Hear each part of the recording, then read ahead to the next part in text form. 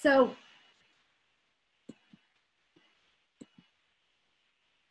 I'm really delighted to see so many of my colleagues on the call today, and I'm really happy to see so many of my JCC friends.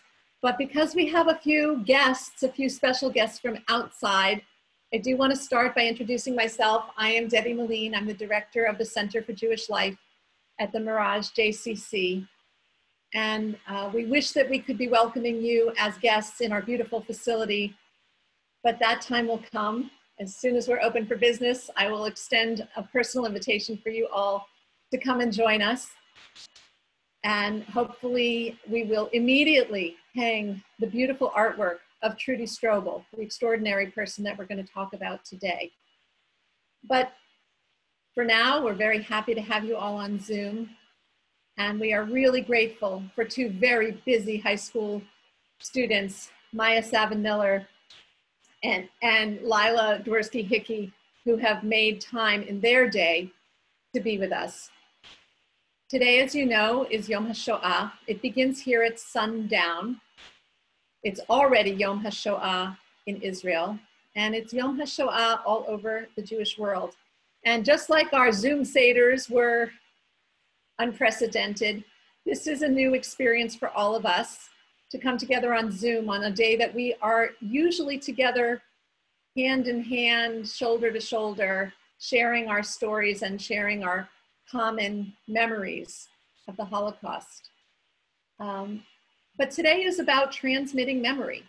And fortunately, technology has allowed us the opportunity to transmit memory also digitally. We had planned a wonderful program featuring Trudy Strobel and Maya and Lila at the JCC with Trudy's art and Trudy herself in person. Trudy couldn't be with us today because she's not comfortable on the technology, but Maya and Lila will tell us all about her. I do want to begin today with a very short overview of the project, A Life in Tapestry. The clip that we're about to see was from CBS News last fall. And I think it will give you a nice introduction to what the project is. So Symphony, if you could show us the video.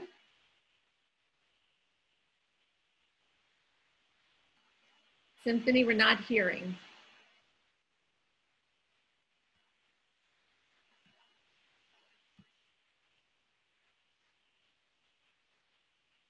We just tested this and we knew it worked. Connected by a thread to a survivor.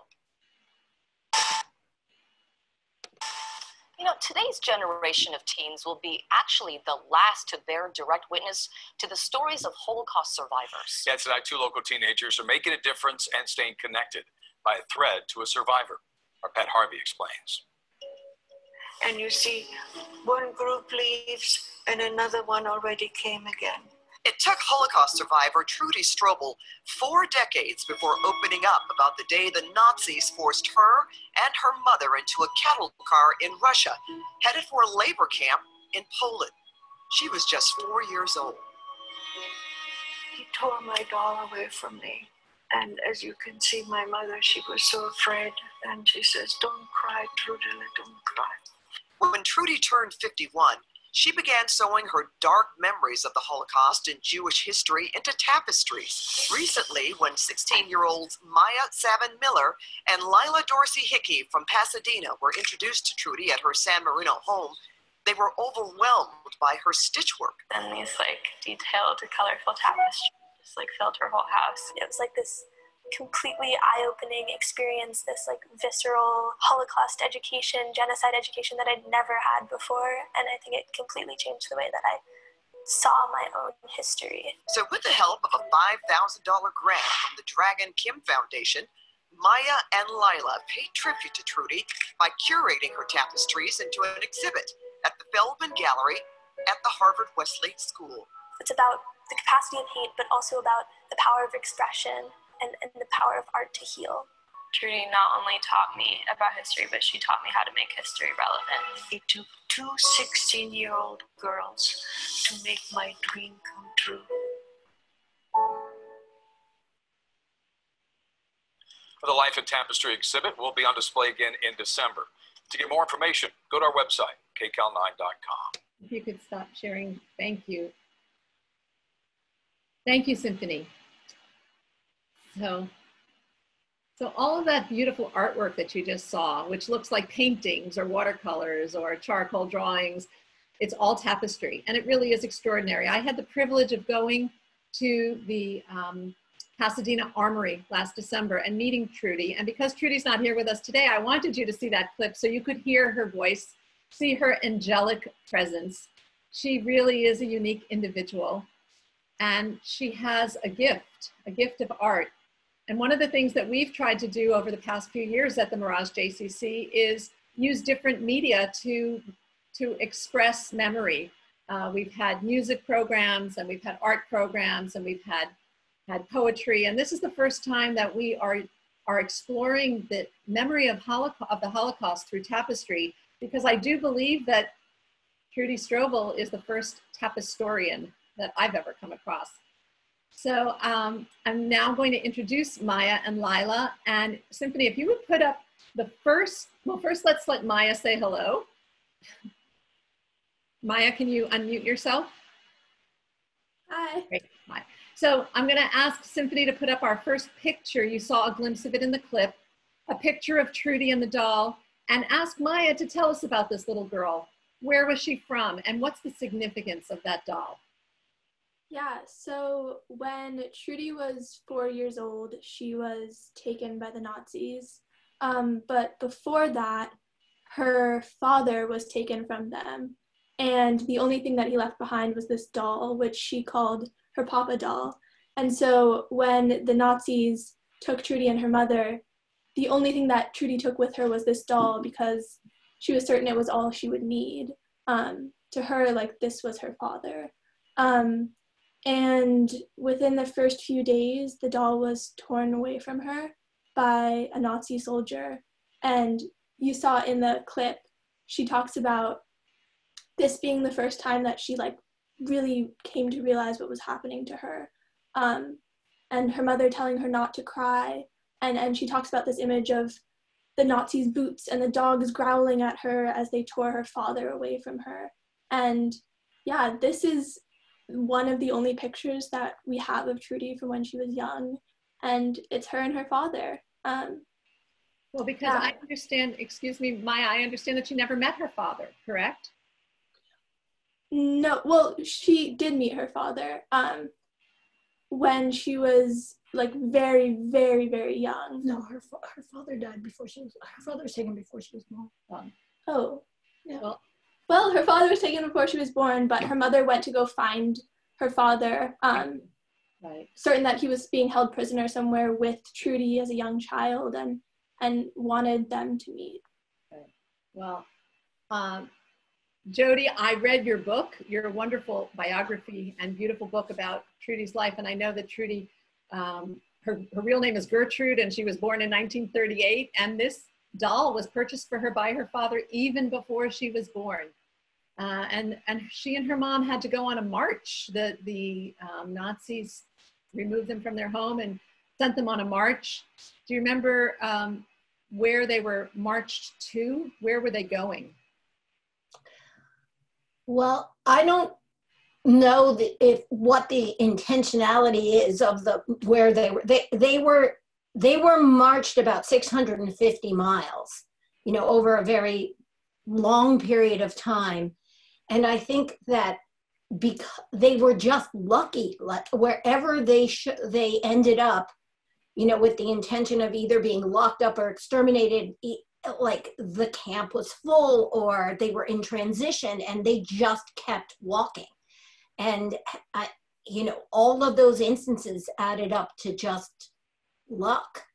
Yeah, and wherever they stopped, they needed Trudy's mother because she knew how to stitch, and they needed people to turn their coats inside out again and make them new, and they allowed Trudy to, stay alongside her and help sew buttonholes and, be invisible by her mother's side. And so they got lucky in that they had to keep marching, and also that her mother had this skill that they really needed.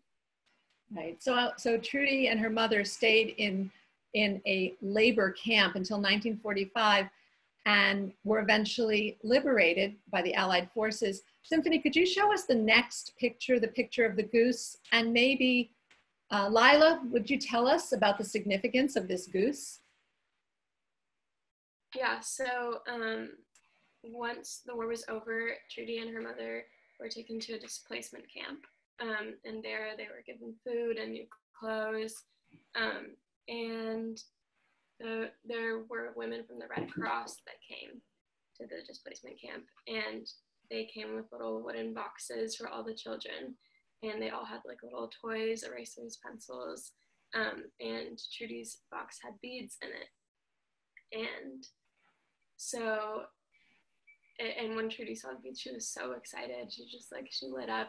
And her mom said that like she hadn't lit up like that since she had her doll. Could you speak up a little bit more, Lila? Could you speak up a little bit louder? Yeah, sorry.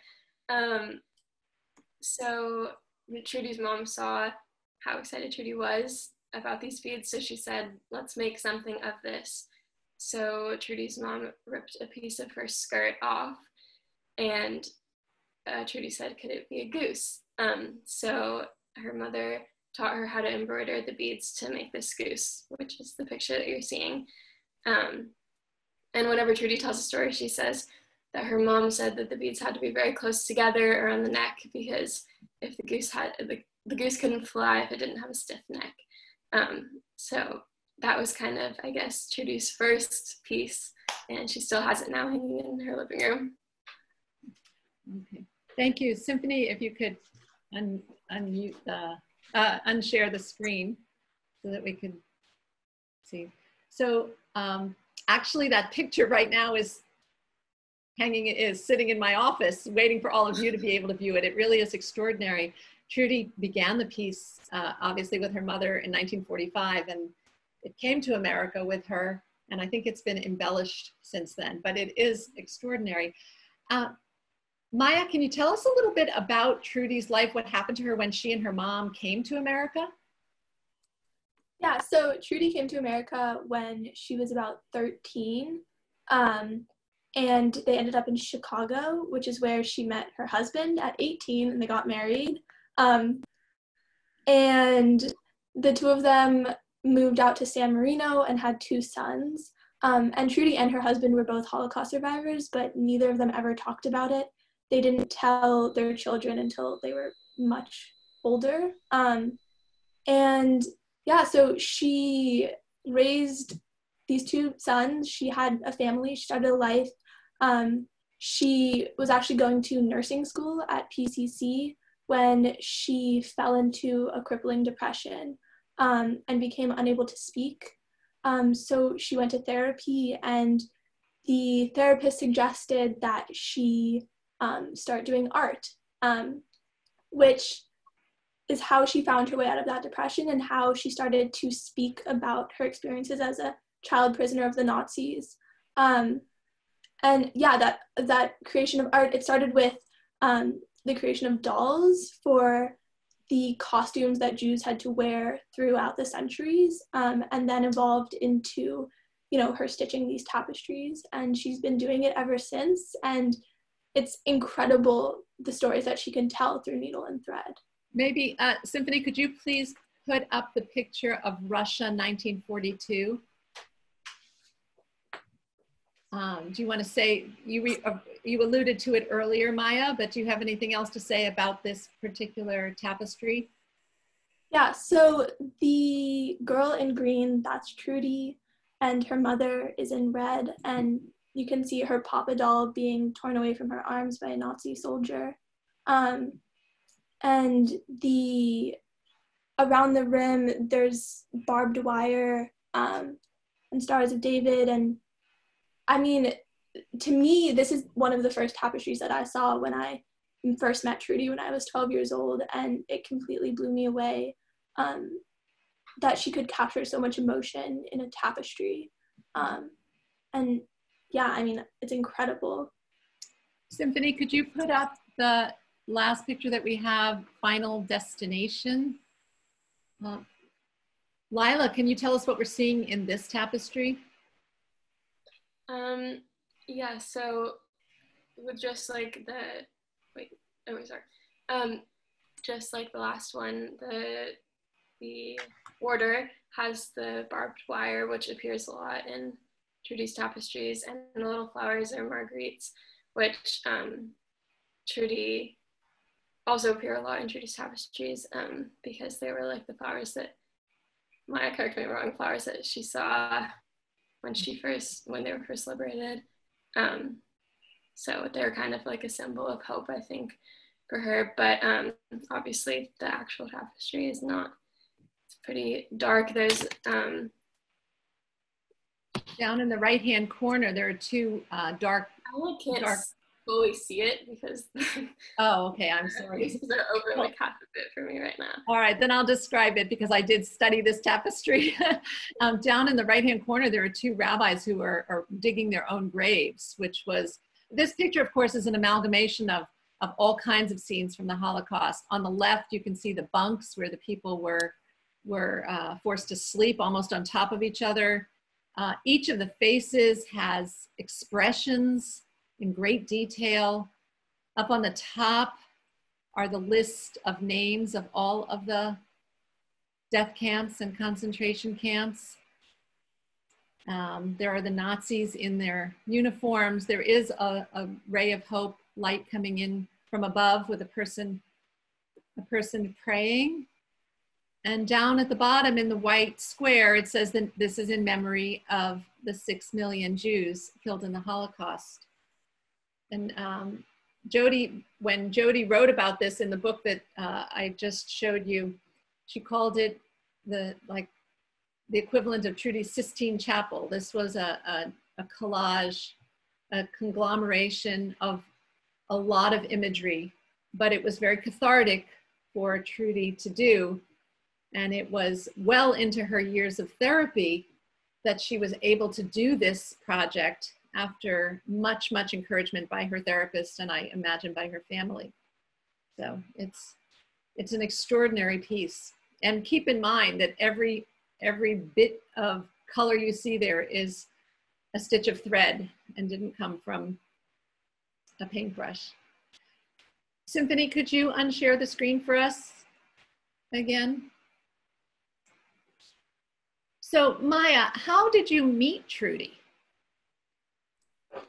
Yeah, so when I was preparing for my bat mitzvah, I had a pretty boring Torah portion. It was just a list of names, it was a census. And so in studying for my bat mitzvah, I started studying about dehumanization and the slippery slope of dehumanization, how it leads to genocide, intolerance, all those things. And I decided that I wanted to dedicate my bat mitzvah to a child who perished in the Holocaust before she could have her own bat mitzvah. And so through the Holocaust B'nai Mitzvah Project, Remember Us, I was connected with the memory of Hannah Dworsky, who was murdered in Auschwitz before she could reach the age of her bat mitzvah. And Trudy had actually been holding Hannah's memory. So I completely did not expect to walk into what was essentially a museum of like the most amazing tapestry work. I was expecting to just hear about this girl who had been murdered in Auschwitz, but when I went to see Trudy, I not only got the story of that girl who had been murdered, but of the story of someone who had survived. And I, was completely blown away by Trudy's amazing tapestry work. And I knew that it had to be shared with the world, but I was 12 and I didn't know how to do that. And so I wrote a short story about Trudy, and it ended up winning some awards, and it was adapted into a short stop motion animation film. And then I heard about the Dragon Kim project, and I knew like this was my chance. I got a 5K grant from Dragon Kim to start the exhibition, A Life in Tapestry. Yeah. Okay, well, we'll talk more about Dragon Kim in a moment, but I do want to ask you, what does that mean that Trudy was holding Hannah's memory? So she had been asked by her friend Leo Egan, who was Hannah's father, to preserve the memory of this child so that she would not be forgotten, like so many people had been. And, you know, I see it as my generation's responsibility to preserve the memories of the Holocaust so that we don't slip into the repetition of history, so that we never forget our past. And so Trudy was preserving that memory. She had the last few pictures of Hannah, and she was the only one who knew her story because the rest of her family who had survived had passed away. And so she passed that memory on to me. Lila, how did you get involved in the project? Yeah, so, I mean, Maya and I have been friends for years. We met in infant toddler class, and have stayed super close our whole lives pretty much. And I was at Maya's bat mitzvah, and I originally, I mean, I met Trudy for the first time there, but I didn't know anything about her really. And then I guess 3 years later, got a call from Maya and Jody, and Maya had just gotten this grant and she was really excited about this project and she needed a partner. So they asked me and I was really excited about it. But again, at that point, I didn't know much about Trudy except what I had heard from Maya. But then they brought me over to Trudy's house to meet her, and just like Maya said, it was like so overwhelmingly beautiful. You walk into her house, first of all, her walls are bright blue and they're covered in tapestries, and Trudy took me around and explained the story of each one, and it was just like, it was really amazing. Maya, are all of the tapestries about the Holocaust? No, actually only about 6 of them are about the Holocaust, but there's over 100 tapestries and most of them document the history of the Jewish people. Some of them are about women, some of them are about like doctors, and some of them are portraits of her family members, and like she could do your portrait and it would look just like you. Yeah. I think I have, if I marked it off. And all of this skill that she obtained, it all came from her mom, right? All of the ability to sew and to do tapestry, to do stitch work? Yeah, she never had any formal training. She just started doing it one day. Well, she started doing it a long, long time ago and then stopped. And then picked it back up when she was about 51. And she's incredible at it. Yeah. Lila, when you and Maya introduced this exhibit at Westlake, Harvard Westlake School, it was about a year ago, right? August of 2019, I think. So less than a year ago. How did your peers respond to it? I think that, I mean, I know that like my friends that came, they were really, really moved and excited by the project. I think it's like, obviously we all learn about the Holocaust, like in history class, whatever, we learn about World War II, but it's like, it's a very, very different experience. First of all, hearing it firsthand from someone who experienced it, and seeing it through art is like a thing that we don't get to do. So I think that a lot of my peers that like knew about the Holocaust, but this was like their first like real experience. I think it was like a really, really eye-opening experience for a lot of them. Okay, I want to encourage you to think of questions. I'm speaking to the audience if you want to put them into the chat box. And I will just say that what struck me about this whole project is usually when we see pictures of the Holocaust, of course, they're black and white photographs, or sometimes they are drawings done, just sketches. But these tapestries were so vibrant that they really made the story so much more alive. And they're in full color and full, they're vivid and they're dynamic, and some of them are scary, and then some of Trudy's tapestries are really beautiful.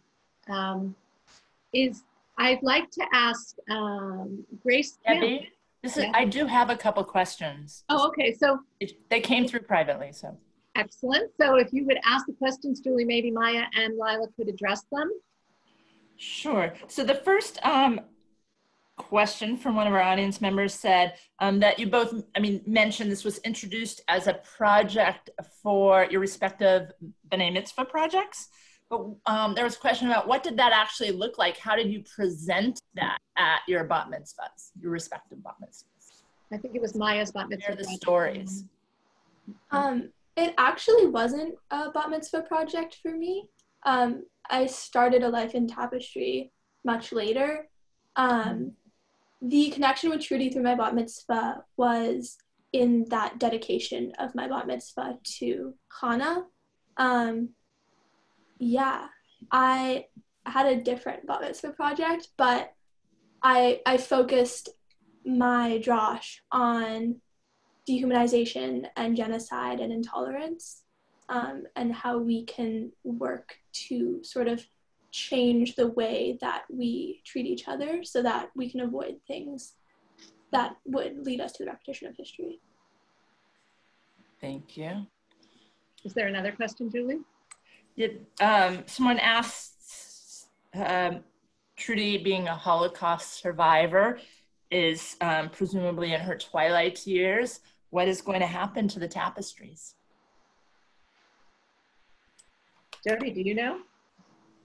A lot of the tapestries she very generously just gave away to people all over the place, which is not the greatest thing for us because we spent a lot of time driving up and down California, tracking them down, emailing people who didn't want to give the tapestries to 16-year-olds without insurance. But a lot of them, she owns, and hopefully they will continue to be able to be exhibited. Those are my questions for now, Debbie. I will keep collecting. Jody, do you want to tell us, if I didn't properly introduce you earlier, Jody Savin is the mother of Maya and also the author of this beautiful book, Stitched and Sewn, which is a collection of Trudy's work and Trudy's story.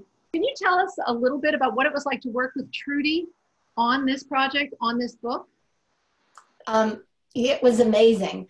I wasn't ever really planning to write a book, but Maya had written the short story and it had been quite successful. So I stole the idea from Maya because Maya couldn't write a book because she had to go to high school.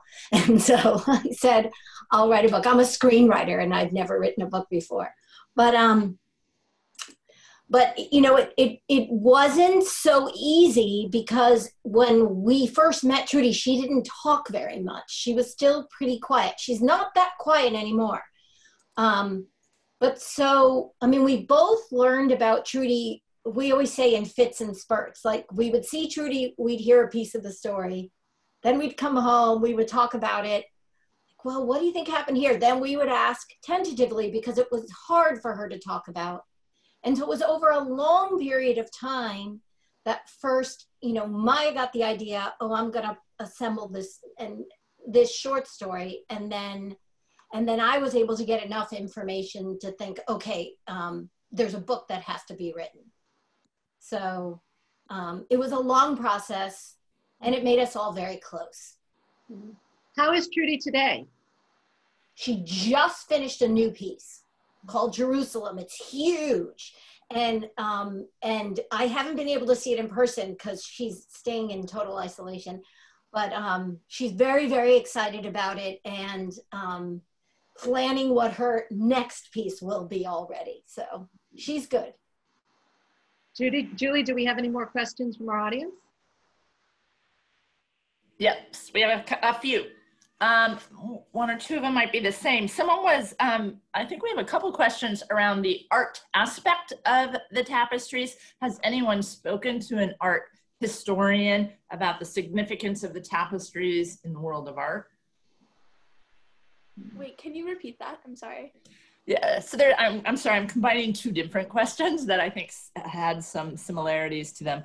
But have you in this exploration, or has anyone spoken to an art historian about the implications of it as art itself in terms of the School of Art, but just about the significance of the art pieces as art, you know, outside of their story at telling the Holocaust story, but really telling history through art.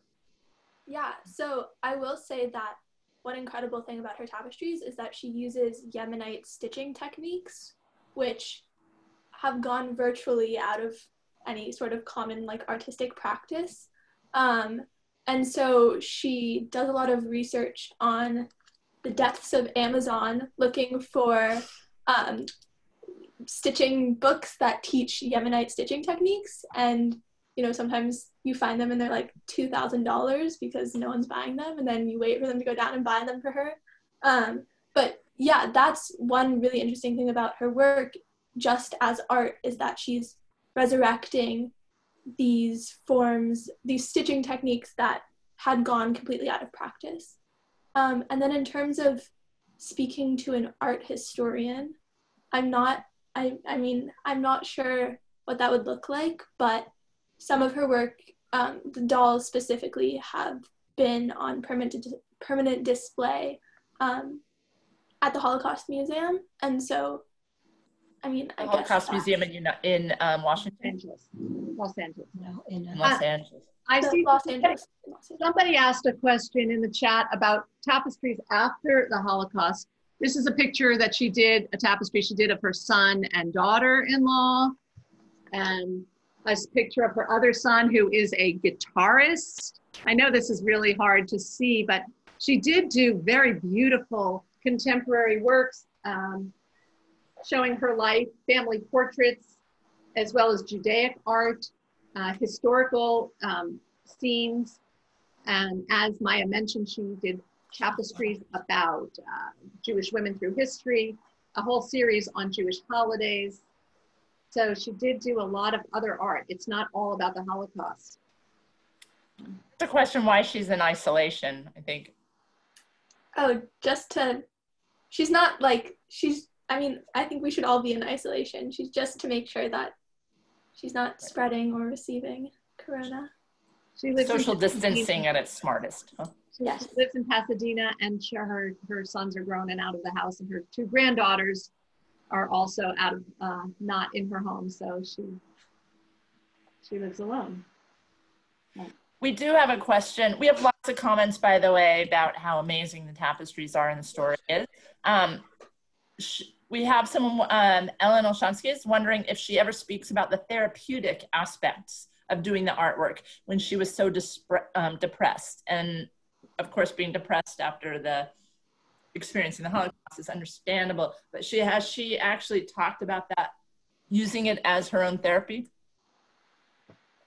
Yeah, she talks about the healing power of stitching, and also about how if it wasn't for stitching and doing these tapestries, she would never have been able to speak about her experiences as a child, and how that sort of started the breaking down of her silence, which in and of itself is like the greatest therapy, I think. Yeah. I remember reading in Jodi's book that she says that sewing and stitching saved her life twice. It saved her life as a young child because her mother's gift as a seamstress was what enabled them to survive the labor camps. And after the labor camps, it was how her mother earned a meager living. By the way, this is her mother, Masha, her beautiful mother, who taught her how to sew. And then sewing and stitching saved her life again, as she described it. Am I quoting that correctly, Jodi? Sorry, I missed that. I was reading a comment. Oh, okay. Well, I said that it saved her, sewing and stitching saved her life twice. Once as a young child, because absolutely that's supported. And then she does claim that the sewing and the stitching was what finally enabled her to express herself, because as you told me, when she went into that depression at age 50 or after her children left the house, she wasn't able to communicate. No, she was almost catatonic. She was mute and couldn't move. And they tried a whole bunch of other things, and the only thing that worked was stitching her way out of this. And I think giving herself a voice. But yeah, it's pretty miraculous. I mean, even now in isolation or in just with the coronavirus, she said the other day, she said to us, if I didn't have stitching, I would be going crazy. But she's just been stitching and stitching. I'd like to give Grace Kim an opportunity to say something here. Grace Kim is the founder and president of the Dragon Kim Foundation here in Orange County. And it's because of her that we were fortunate enough to meet Maya and Lila. Can you tell us, Grace, why this project, I'm sure many were submitted, but can you tell us why this project was so important for your foundation to support? Absolutely, thanks for letting me be on. So our foundation, we have a fellowship program, and what we do is we promise high school students that we give them the support so that they can bring their projects to life. And we take applications. We had 150 applications, and we had 23 fellowship projects. And what we do is we give high school students a chance to come to us with their passions, and we give them leadership training and then a $5,000 grant to bring their project to life. And one of the things that we think that it's our job to do is to allow students to tell stories that haven't been told. And Maya, came to us with such a compelling story of having, spoken to Trudy and found Trudy, and the story of the Holocaust at this time, wanting to share, the idea of tolerance and share what had happened in the Holocaust, that we felt that that was such an important story that we wanted to support Maya in telling that. And so when she brought on Lila, the two of them put together this proposal to curate this art exhibit of Trudy's tapestries. And the idea that, two young 16-year-olds had it in their hearts to bring, these tapestries to the world was just extremely compelling to the foundation. Thank you. Well, we're so glad that you brought it to help them bring it to light and that you helped bring the program to us. Julie, are there any more questions in the chat? That is what we have for now. I see a question from Scott Braswell. Scott asked if Trudy has ever spoken about the experience after her first tapestry. If you are referring to the one about the doll, yes, she does speak about it. She talked about it even in that clip that we saw. She's very generous now in telling her stories. In the short time that I had to talk to her, she was holding nothing back. She wants everyone to know every detail of what she went through so that the truth can be perpetuated and future tragedy can be avoided. Julie, did you say you had a question for Lila or Maya? Nope, we're good right now. Oh, okay. Anyone else? So I just want to say that you all know that the war ended 75 years ago. And anybody who was a teenager, who had consciousness of the significance of the event and who could put it into historical context, anybody who was 15 years old at the end of the war is 90 now. And we all know that our firsthand witnesses are dwindling. They are going away. They are passing on. And the people who we still have to tell us the stories were mostly the child survivors. Trudy was 4 when her odyssey started. Actually, her odyssey started when her father was taken away and sent to Siberia. So we have fewer voices, and that's why the perpetuation of the stories is so important, and the responsibility is on us. I had the good fortune of talking to a group of students at Sage Hill High School this past week. And I said to them, I know that we usually talk in big numbers. We talk in genocide, extermination, 6 million. We talk in these massive terms, and it's hard to wrap our heads around them. And we can't remember all the details and all the facts and all the stories on the macro level. But we all have a responsibility to remember at least one story. We have the responsibility to remember the details of one life. Just like Maya told us that she wanted to hear about Hannah Zagierski. So I think that however we're doing it, through art or through music or through poetry or through writing or through interviews or through film, we have to master the details. We have to absorb the story as if it's our own so that we can tell it to others. And I know that some of you on this Zoom call have your own personal stories. Your parents were survivors, your grandparents might have been victims. And I know that you know those stories, and I hope that you're sharing the details with as many people as possible so that they can continue to share them with others. Debbie, we have a couple more questions now. Okay, great, great. This is for Maya and Lila, but how will you use these tapestries? What is your plan to foster this goal of tolerance? And then Debbie, the second question very quickly is, will Trudy in fact be speaking at the J?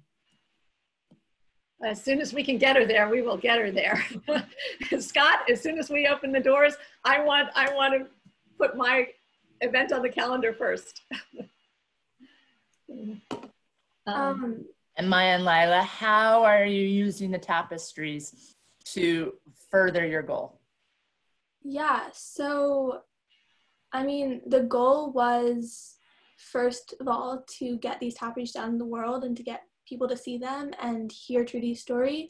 But the goal has also been to get the show into communities that wouldn't already share our message or wouldn't necessarily agree with us.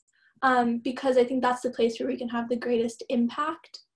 And so, you know, getting the exhibition into communities that wouldn't have welcomed us yesterday, but after hearing our show will welcome us tomorrow.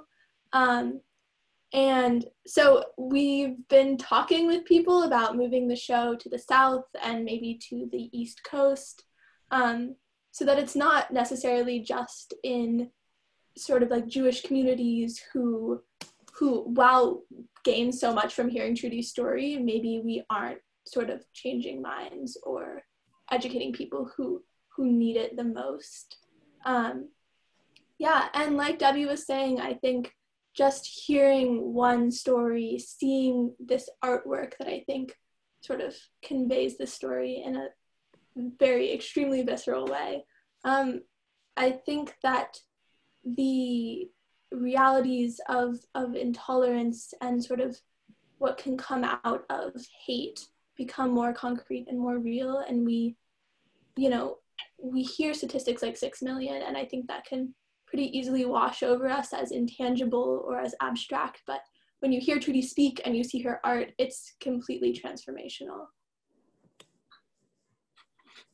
For those of you who are interested in hearing Trudy speak in her own voice more, until the time that we bring her to the Mirage JCC, if you go on trudystrobel.com, her website, there are a few other clips of her speaking in different interviews, and there's more beautiful pictures of the tapestries, which are worth seeing. But we will do our best to bring Trudy to the JCC. We had classes of high school kids lined up to come and meet her. And we were even going to ask her to give us a sewing, an embroidery lesson. She still does do some of that. She's an incredible artist. So we look forward to the day that we can do that.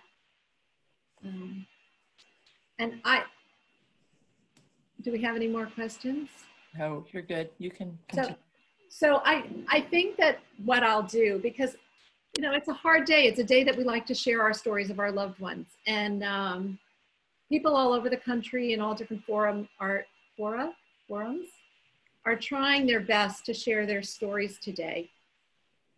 So I think that what we'll do is we'll formally end this Zoom call in a moment and invite people to stay on and unmute, and maybe we can hear perhaps Yossi or Jay or Sheila or some others who are on this call who would like to share the names of their loved ones can do that, because although we are physically distant, we are the Jewish community, and the JCC has always taken pride in Orange County of being a venue where people can come together and be strengthened by one another. And it's certainly a day to be strengthened. I did try to think about how to commemorate this in some sort of way, and I didn't want to light my, have my smoke alarm go off, so I didn't bring 6 candles, but I did bring 1 candle, and I'm gonna light this candle in memory of Hannah Zagierski, because it was Hannah's father, Leo, who told the story of his little girl who died in Auschwitz as a child for no reason other than that she was Jewish. Leo told the story to Trudy, and Trudy told the story to Maya, and Maya told the story to Lila. And then together, with the help of the Dragon Kim Foundation, their families, their schools, they've told the story to all of us. And now we are carrying Hannah's memory. And so for Hannah, and for the others whose names we do not know, and for the 6 million who died, and for all who survived, and for all who are sharing their stories with us, I light this memorial candle on behalf of all of us. And I thank you all for joining us. I know it's not an ideal way to commemorate this day, but I'm really thrilled that you were here with us. And I hope that we'll all be together in person soon, sharing more art, more stories, more memories, and gaining strength from each other. So if you do want to, if you have to go, I know 45, 50 minutes on a Zoom call, just about everybody's limit. If you do have to go, that's fine. If you'd like to stay on and ask Maya and Lila a couple more questions directly, we'll try that. But if you have a name of a loved one, I know I see Steve Dorman just lit a candle, his candles in honor of his parents. And I know Yossi lit a candle, and I know that there are others who might want to share the names of their loved ones. But please, please, please, remember the name Hannah Zagierski. You now carry her memory with you. Okay, let's see.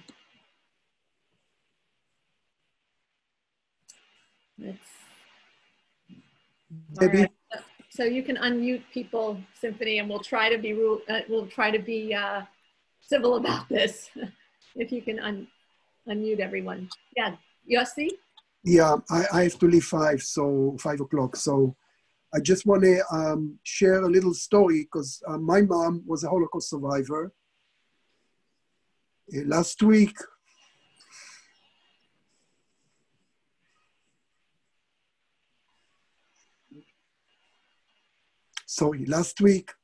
it was 10 years since she passed away. Today, she should be 95. What was her name, Yossi? Rachel Bat Tzvi. Rachel Bat Tzvi. And we call her Rita. That was her name in Israel, Rita.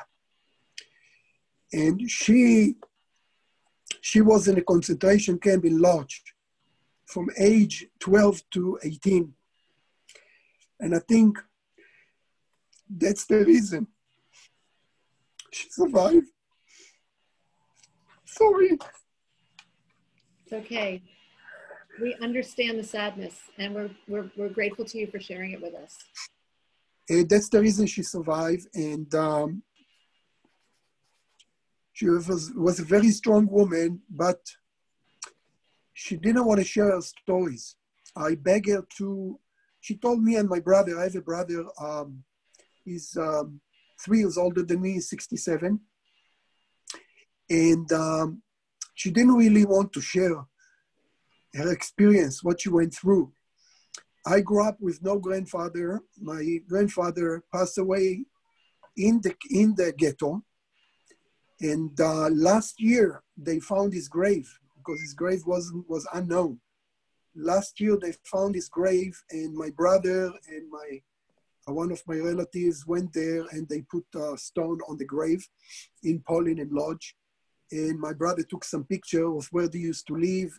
The factory that my grandfather used to own, he used to own a factory for textile. He used to make socks and underwear and stuff like that. And so I begged my mom when my kids was born to pass the story to them. She didn't want to talk about it. Well, I read in Jody's book that Trudy and her mother, Masha, spent a short time in the Lodz ghetto.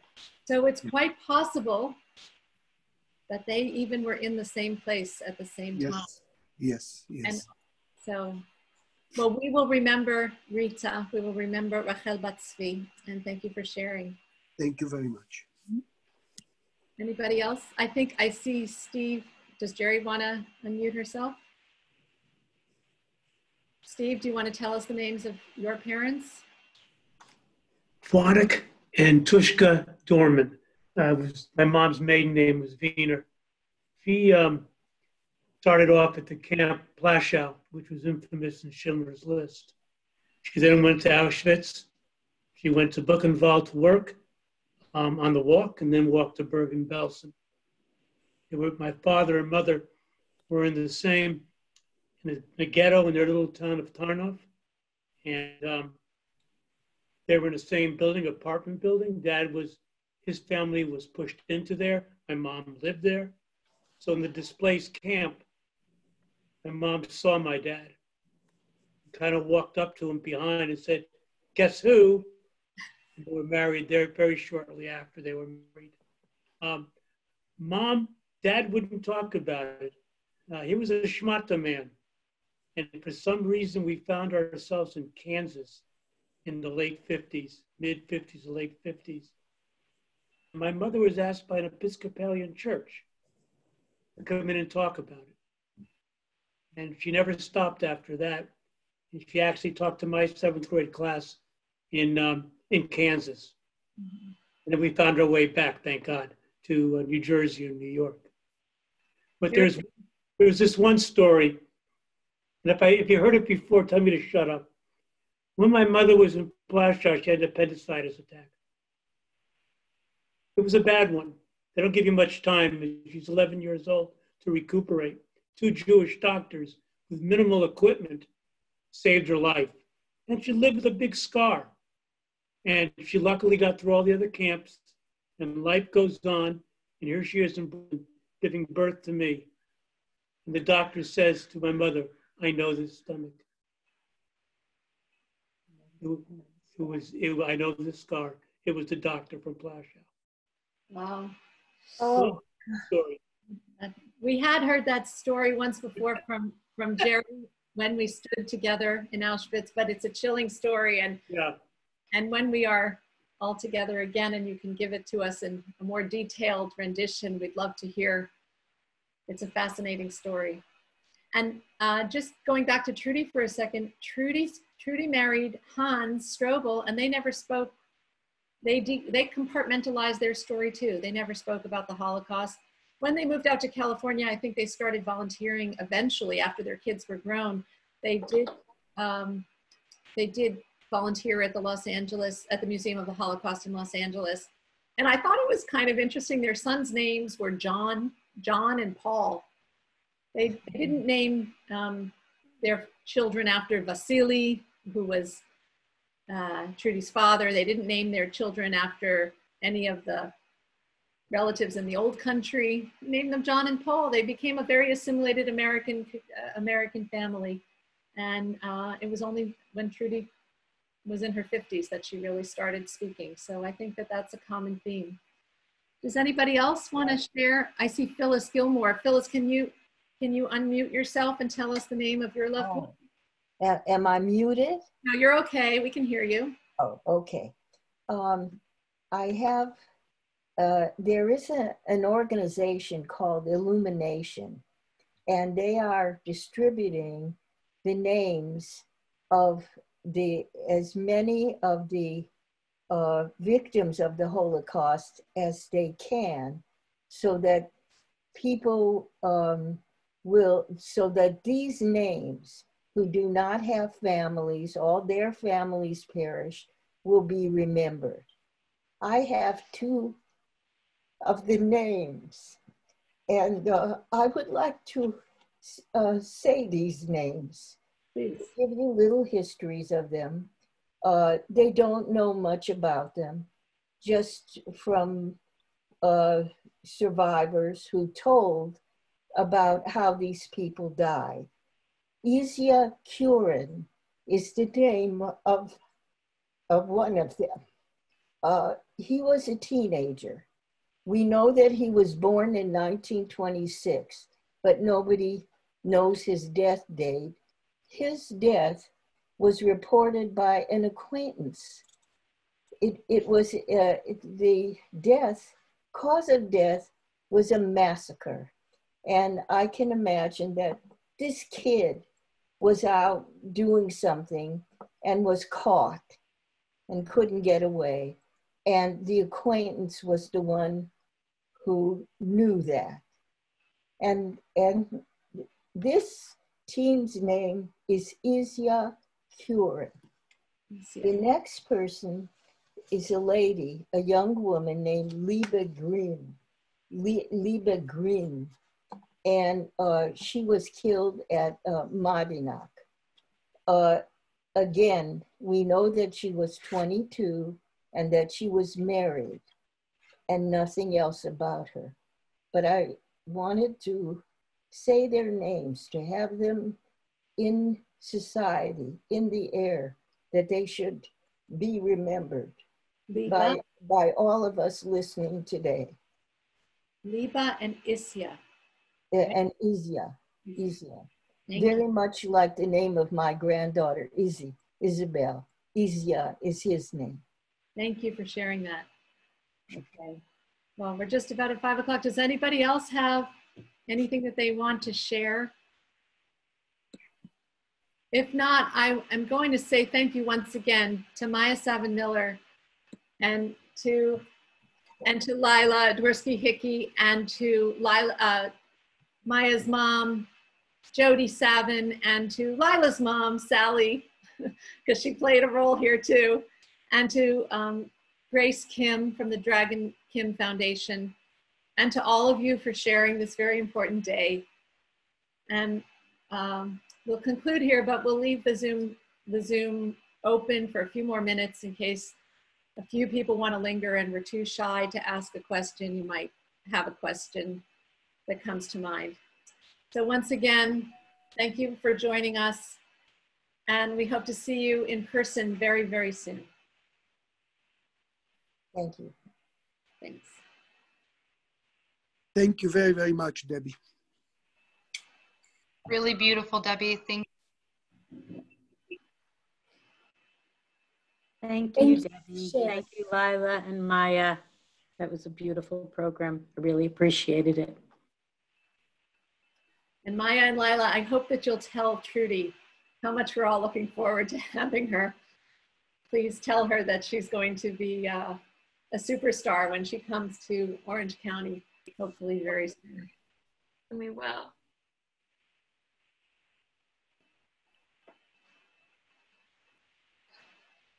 And Nancy Chase, we'll see you tomorrow night at the Chapman University Memorial Ceremony. For those of you who want a more formal ceremony, University Rogers Center will be holding something tomorrow night. Okay.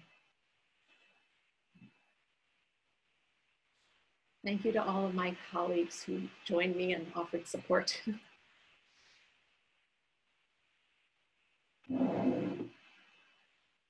Debbie? Yes. I wanted to show you this picture behind me now. When my son Noah went to Poland, he went to Tarbut and he did a Poland-Israel trip. He went, and this was in the book, and found all of my father-in-law's, his parents, his sisters, that were all perished in the Holocaust. He and his sister were the only survivors of his whole family, from his immediate family. And when Noah was there, he went and you could see Paremba, and all of the names are all of our family. Yeah, I remember that book was overwhelming. that giant book of all the names. Thank you. Well, hopefully maybe your father-in-law could join us next year at our Yom HaShoah. Yeah, he was going to this year. He was planning on doing it. We'll get him involved and we'll have him participate in our ceremony. Absolutely. Thank you for putting this together. It's My beautiful. pleasure. And I highly recommend the book. We're going to find a time to have the book, Jody, come and speak about this book at our JCC because it's really wonderful. So, okay. All right. Well, thanks again, ladies, and good luck with work, Maya, and good luck with graduation, Lila. And thank you guys so much for hosting this beautiful get-together. Yeah, thank you, Debbie. Wonderful job. That was really beautiful. I love the candle lighting, and I love remembering Hannah's name. And Maya, Lila, Jody, great job. Thank you, Sally, too. Sorry we didn't give you more of an intro. You don't need to thank me for anything. Well, you could be a remarkable young woman, too. So. I'm very touched, and that was beautiful. And I really appreciate everybody else who shared afterwards, too, about their loved ones. That was really... It's a hard day for us to be physically distant, but you guys made it so special for us. And I'm truly, truly grateful. So I will see you all soon. Yes, and Trudy's looking forward to coming down. Okay, good. She's my new hero. I just can't get enough of her story. So, all right. And we will share this with other JCCs when you're ready, when time is ready. We can figure out how to promote this among our colleagues in JCCs across the country.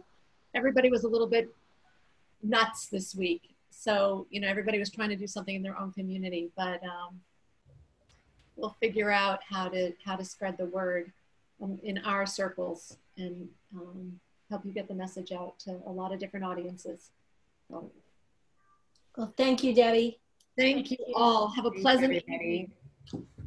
Bye.